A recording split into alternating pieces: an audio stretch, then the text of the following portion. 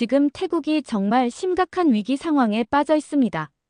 최소 2만 명의 한국인 관광객이 태국을 방문할 것으로 기대했는데요. 그런데 실제로 추석이 코앞으로 다가왔는데도 태국 공항에는 한국인 관광객은 찾아볼 수 없고 대신 한국에서 추방된 태국인 불법 체류자들로 넘쳐나면서 혼란스러운 상황입니다.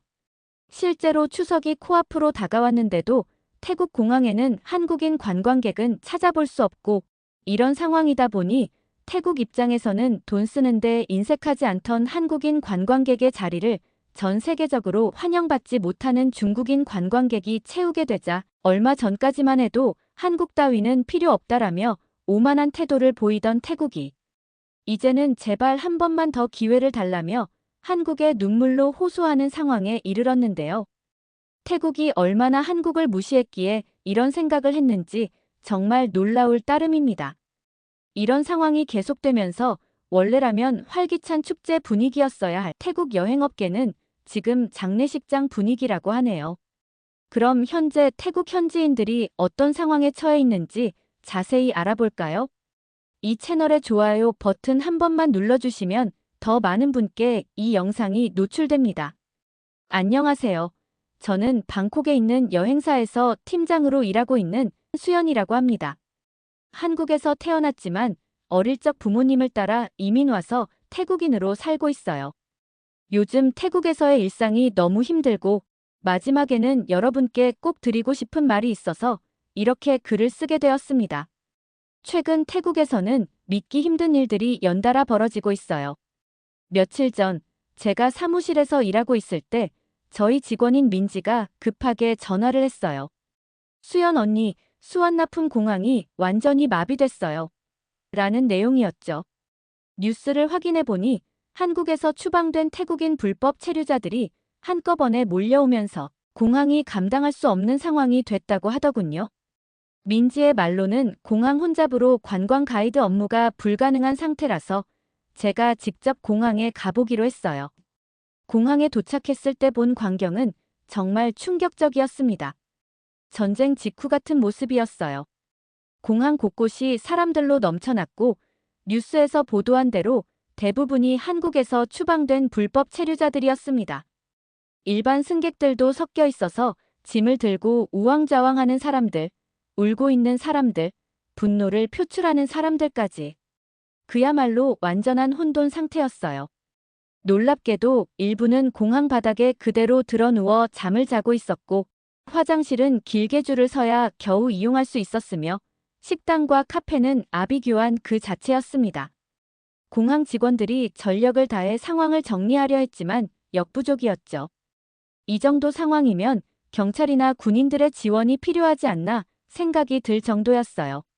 제가 수완나품 공항을 수없이 방문했지만 이런 상황은 태국 역사상 처음인 것 같습니다. 왜 이런 일이 생겼는지 알아보니 한국 법무부에서 대규모 단속을 진행했기 때문이었어요. 한국 입장에서는 태국인 불법 체류자 문제가 너무 심각해져서 더 이상 방치할 수 없었던 거죠. 놀랍게도 한국에 체류 중인 태국인 중 무려 78%가 불법 체류자라는 통계가 있더라고요. 상상이 되시나요? 태국인 10명 중 거의 8명이 불법으로 체류하고 있었다는 겁니다. 태국에서 한국으로 건너가 불법 체류하는 사람들이 많다는 것은 들어서 알고 있었지만 이런 구체적인 숫자를 보니 충격이 달랐어요. 이렇게 많은 태국인이 불법으로 타국에 머물고 있었다니 정말 부끄러운 일입니다. 한국 법무부 발표에 따르면 단 한 달 만에 13만 명의 불법 체류자가 강제 퇴거 조치를 당했고 그중 10만 명이 한꺼번에 태국으로 돌아왔다고 해요.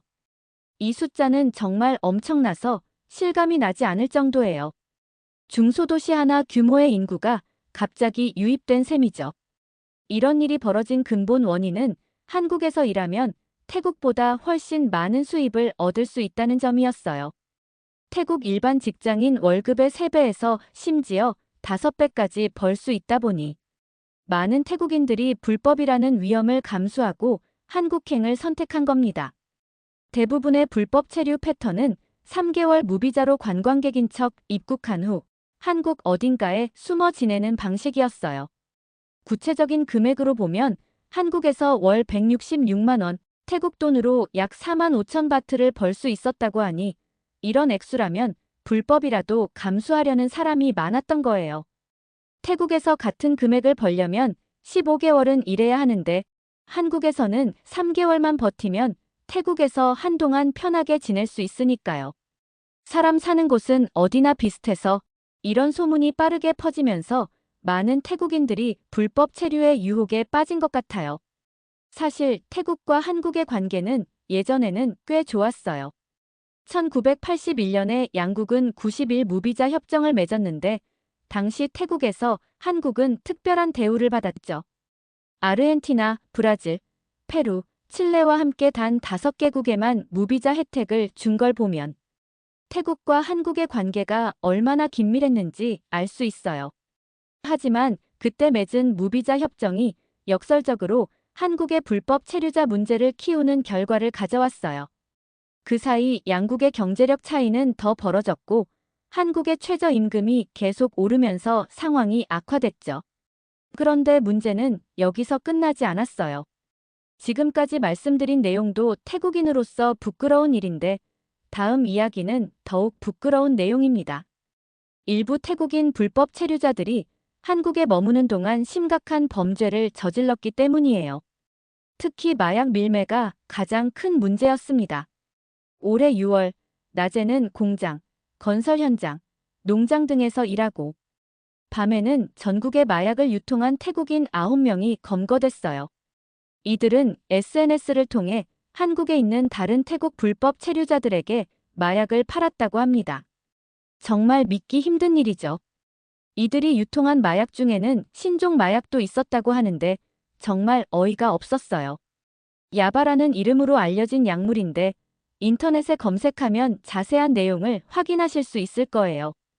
한국 경찰은 이들이 판매한 마약의 가치가 수억 원에 이른다고 발표했어요.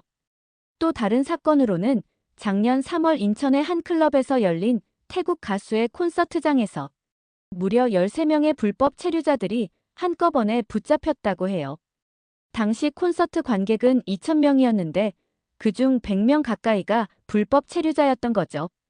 입장을 바꿔 생각해보면 제가 한국인이었어도 이렇게 많은 태국 국적의 불법 체류자가 있다면 불편했을 것 같아요.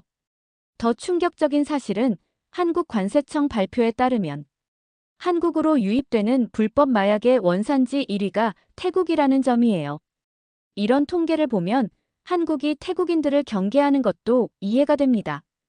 이 정도면 선입견이 생길 만도 하죠. 물론 태국인 모두가 나쁜 사람들은 아니에요. 문제는 일부 불량한 사람들 때문에 정직하게 살아가는 태국인들까지 피해를 본다는 거예요. 순수하게 관광 목적으로 한국에 가려 해도 입국이 거부되는 경우가 많아졌거든요. 정말 가슴 아픈 일이죠. 최근에는 제주도에 여행 가려던 태국인 128명 중 73명이 입국을 거부당했다고 해요. 이유는 체류 목적이 불분명하다는 것이었습니다.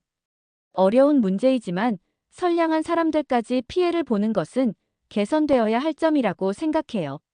그런데 더 놀라운 것은 입국 심사를 통과한 관광객으로 한국에 입국한 태국인 중 20%가 한국 내에서 행방불명된다는 통계예요. 아마도 앞서 말한 것처럼 어딘가에서 불법으로 일하려는 목적일 거예요. 이런 상황을 보면 한국 정부가 태국인들의 입국 심사를 까다롭게 하는 이유가 충분히 이해됩니다. 태국인들 사이에서도 널리 알려진 사실이지만 불법 체류 문제가 정말 심각해졌어요. 2015년에는 태국인 불법 체류자가 5만 2천 명 정도였는데 지난해 9월에는 15만 7천 명으로 3배나 증가했다고 해요. 이런 심각한 상황에 한국 정부는 불법 체류자 문제 해결을 위해 여러 조치를 취하고 있어요. 입국 심사를 엄격하게 하고 체류 기간을 초과한 사람들을 적극적으로 색출하며 불법 고용주들에게도 강력한 처벌을 내리고 있습니다. 특히 최근에는 전자여행 허가제를 도입했는데 이는 한국에 가기 전에 미리 온라인으로 입국 허가를 받는 시스템이에요. 이를 통해 불법 체류 가능성이 있는 사람들을 사전에 걸러내려는 목적이지만 진짜 여행만 하려는 사람들도 불편을 겪고 있어요. 더 큰 문제는 이 사람들이 태국으로 돌아온 후의 행동입니다. 수완나품 공항만 혼잡해진 게 아니라 태국 전체가 불안정해졌어요. 귀국한 불법 체류자들이 태국에 돌아와서는 놀랍도록 뻔뻔한 태도를 보이고 있어요. 자신들이 한국에서 배운 기술이 있는 고급 인력이라며 터무니없이 높은 월급을 요구하고 있죠. 하지만 실제로 일을 맡겨보면 대부분 불법으로 일했기 때문에 제대로 된 기술은커녕 기본적인 업무 태도도 갖추지 못했어요. 게다가 한낮부터 술을 마시며 돌아다니고 취하면 난동까지 부리는 등 여러 문제를 일으키고 있어요. 어제도 제가 점심 식사하러 간 식당에서 이런 모습을 봤는데 정말 이해할 수 없었습니다. 이들로 인해 태국의 치안 상황도 악화되고 있어요. 마약 거래와 폭력 사건이 증가했다는 소식이 들려오고 있습니다. 더 황당한 것은 이들의 가족까지 나서서 시위를 벌이고 있다는 점이에요. 이 시위에서 그들이 무엇을 요구하는지 아세요? 바로 한국 정부의 특별 비자를 만들어 달라는 겁니다. 정말 말도 안 되는 주장이죠. 불법 체류했다가 추방된 사람들이 외국 정부에게 특별 대우를 요구한다니 정말 어이가 없습니다. 방콕 곳곳에서 이런 시위가 일어나고 있는데 참가자들은 한국은 우리에게 빚이 있다. 우리가 없으면 한국 경제가 무너질 것이라는 터무니없는 주장을 하고 있어요. 이들 중 다수는 한국에서 일하며 가족들에게 송금했던 사람들이에요.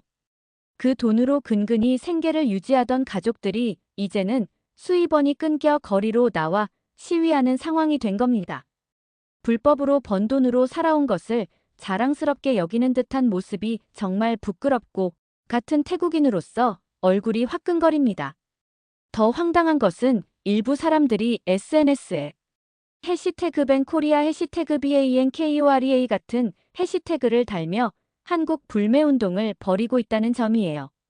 분명히 우리가 잘못했는데 한국을 비난하다니 태국인이지만 정말 이해할 수 없어요.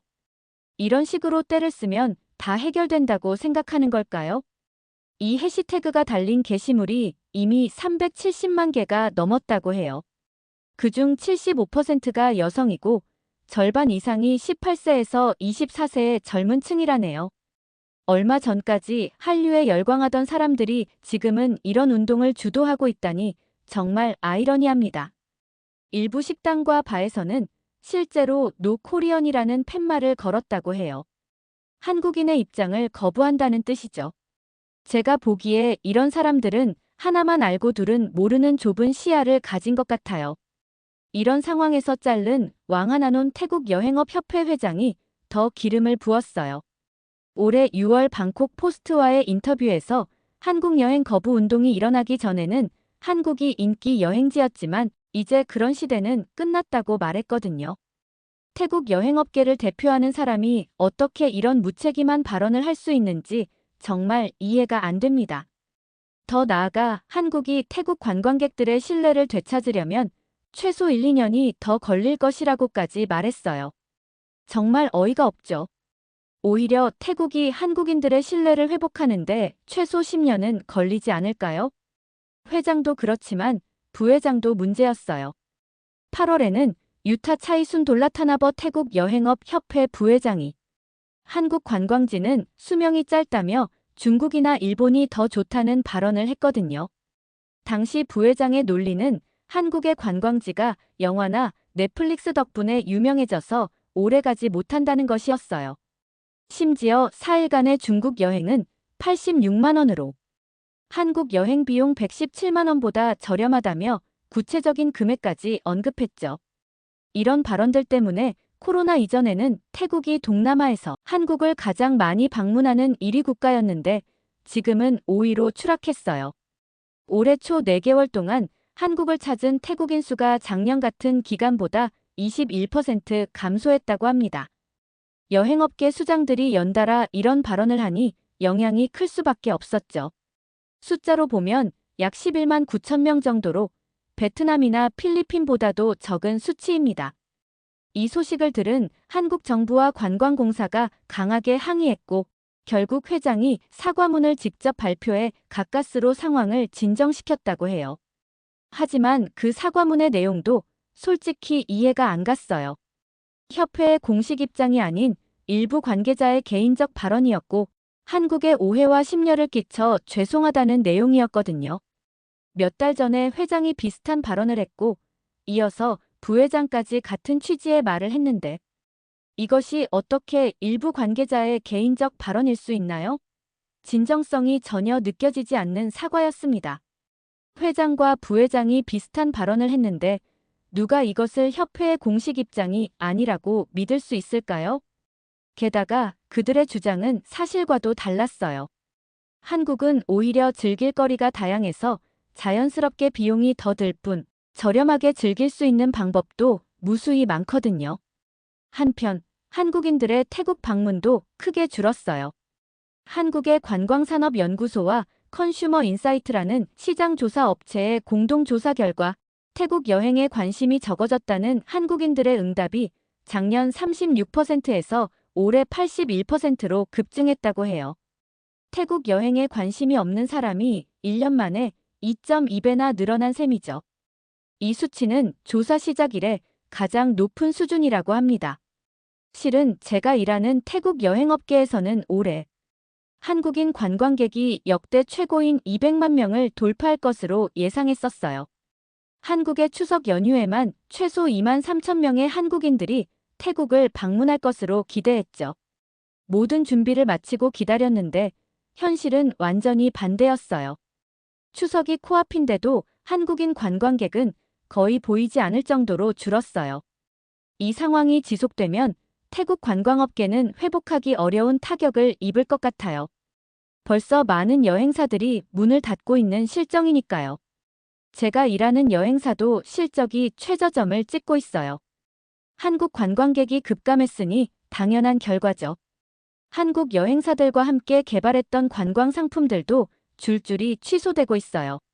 며칠 전에는 서울에 있는 정우여 행사에서 일방적으로 계약 해지를 통보해왔어요. 정말 끔찍한 상황입니다. 이건 우리 회사만의 문제가 아니라 주변의 다른 여행사들도 모두 비슷한 어려움을 겪고 있어요. 태국 관광업계 전체가 붕괴 직전이라고 해도 과언이 아닙니다.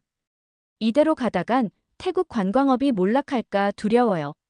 한국에서 제발 한 번만 더 기회를 주셨으면 하는 마음뿐입니다. 사실 태국 관광업은 그동안 한국 관광객들에게 크게 의존해왔어요. 코로나 이전까지만 해도 태국은 동남아에서 한국인들이 가장 많이 찾는 국가였습니다. 그런데 지금은 베트남과 필리핀에도 밀려 3위로 추락했어요. 한국 분들이 보기에는 자업자득이라는 생각이 들 것 같아요. 이 모든 상황이 태국인들이 저지른 실수 때문이니까요. 그런데 중국인 관광객들도 태국 경제에 도움이 되지 않냐고 생각하시는 분들도 계실 텐데요. 그 말은 반만 맞아요. 통계상으로는 괜찮아 보일 수 있지만 실제로는 태국 입장에서 오히려 손해일 가능성이 큽니다.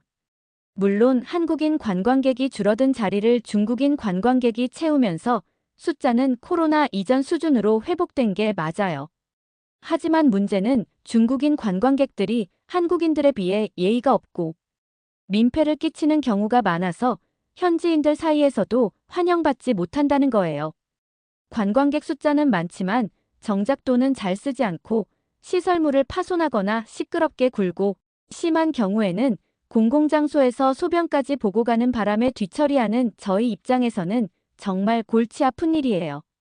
이런 관광객을 받아야 할지 말아야 할지 고민될 정도지만 저희가 생계를 유지해야 하니 어쩔 수 없이 받아들이는 상황입니다.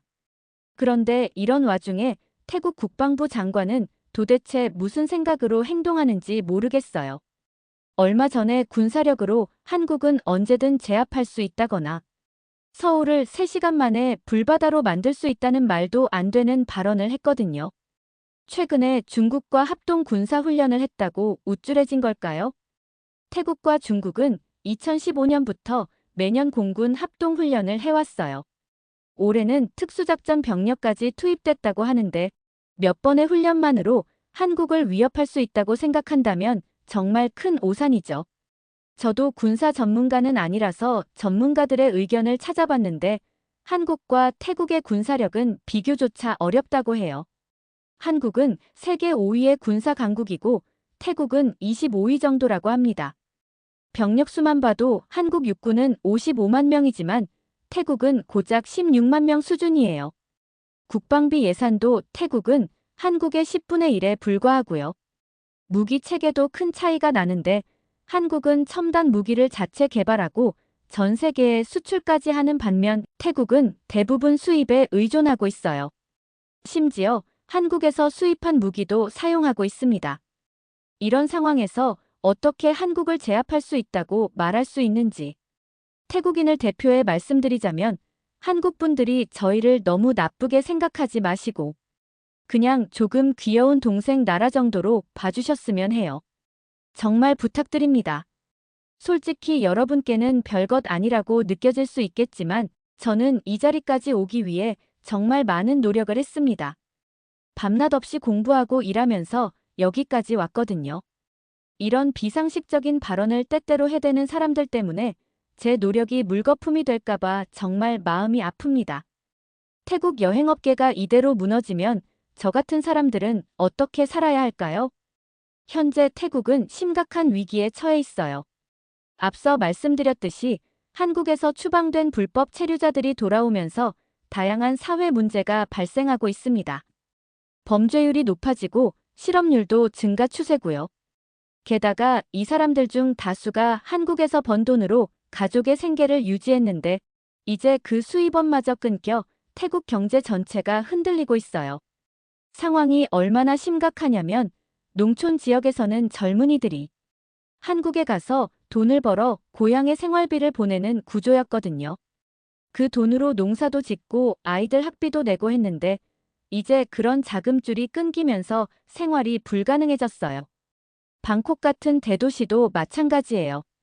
한국에서 돌아온 사람들이 일자리를 찾지 못해 거리를 배회하고 일부는 한국에서 했던 것처럼 범죄 행위도 저지르고 있어요.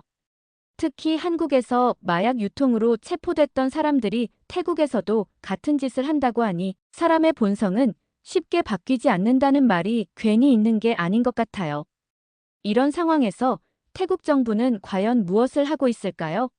사태 해결을 위해 노력하고 있을까요? 솔직히 말하자면 오히려 상황을 악화시키고 있어요. 국방부 장관의 발언이나 여행업협회 임원들의 발언에서 보듯이 말이죠. 정말 태국 사람들이 정신을 차렸으면 좋겠어요.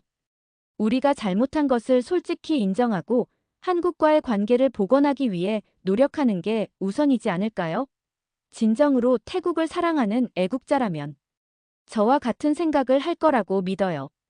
바뀌어야 할 점이 한두 가지가 아니지만 우선 SNS에서 해시태그 밴코리아 같은 해시태그를 사용하는 걸 중단해야 해요.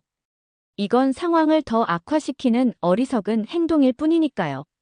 태국에는 한국 문화를 사랑하는 사람들이 정말 많은데 이런 식으로 혐오를 퍼뜨리는 건 어떤 논리로도 설명이 안 돼요. 혹시 태국의 몰락을 바라는 어떤 세력이 의도적으로 이런 움직임을 만들고 있는 건 아닌지 의심스러울 정도예요. 여러 문제가 연이어 발생하면서 저는 이 모든 일의 근본 원인을 찾아보게 됐는데요. 제가 내린 결론은 태국의 경제 상황이 매우 심각하다는 점이에요.